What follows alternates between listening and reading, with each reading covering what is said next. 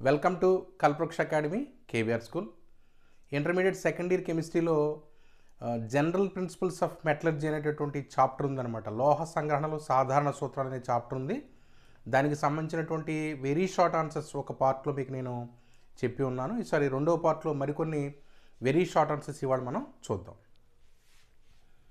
What is the role of cryolite in the metallurgy of aluminium? Aluminium ఎక్స్ట్రాక్షన్లో cryolite యొక్క role ఏంటనేది question అనమాట. Pure alumina is a bad conductor of electricity and it has high melting point. ఈ pure అల్యూమినాకు రెండు minus points ఉన్నాయి. అవేంటంటే bad conductor of electricity, high melting point అనమాట. అంటే అల్యూమినాను ఉపయోగించి ఎలక్ట్రోలైటిక్ రిడక్షన్ ద్వారా అల్యూమినియంని ఎక్స్ట్రాక్ట్ చేసేటప్పుడు ఈ రెండు మైనస్ పాయింట్స్గా ఉంటాయి. అలాంటప్పుడు ఏం చేస్తారంటే cryolite and floor spar is added to alumina. ఈ అల్యూమినాకి క్రయోలైట్ని ఫ్లోర్ స్పార్ని రెండింటిని యాడ్ చేస్తారు, కలుపుతారనమాట. కలపడం వల్ల ఏమవుతుందంటే టు ఇంక్రీజ్ ద కండక్టివిటీ, అంటే వాహకత అనేది ఒకటి పెరుగుతుంది.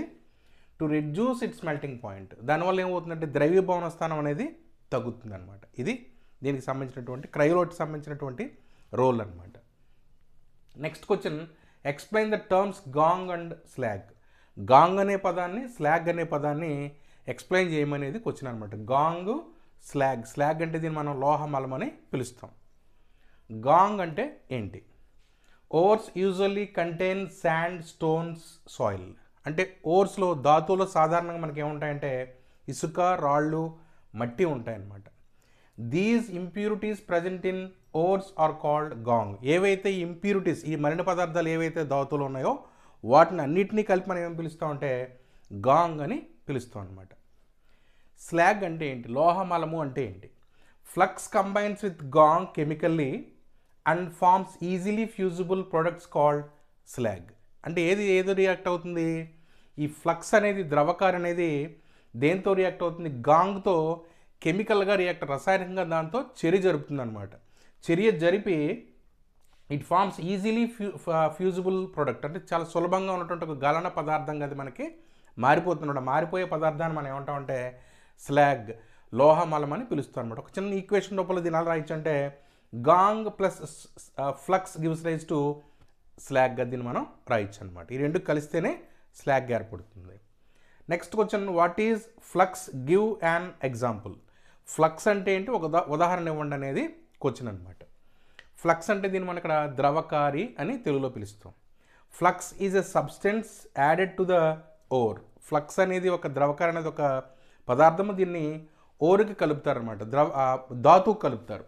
ఎందుకు? To remove the gangue from it by reacting with the gangue అనమాట. అంటే ఈ ఫ్లక్స్ అనేది ఈ యొక్క గాంగ్తో కలిసి ఏం చేస్తుందంటే దీన్ని తొలగించేస్తుంది అనమాట. దానికోసం మనకు ఫ్లక్స్ దాన్ని కలపడం అనేది జరుగుతుంది అనమాట. అయితే ఎగ్జాంపుల్ ఏమి రాయించారంటే, ఒకటి సిలికాన్ డైఆక్సైడ్, సిలికాన్ వచ్చు.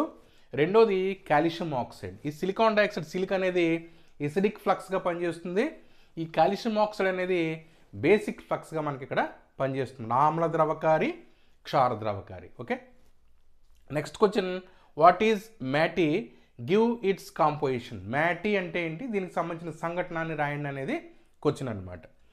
ఇన్ ద ఫర్నేస్, కొలిమిలో. ఎక్కడ కొలిమిలో? ఇది during the extraction of copper. కాఫర్ని సంగ్రహించేటప్పుడు ఎక్స్ట్రాక్ట్ చేసేటప్పుడు iron oxide slags off as iron silicate.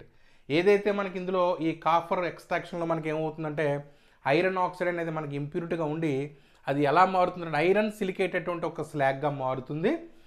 And copper is produced in the form of copper matte. Copper అనేది ఎలా ఉత్పత్తి కాబడుతుందంటే కాఫర్ మ్యాటీ రూపంలో మనకు అది ఉత్పత్తి కాబడుతుంది అనమాట.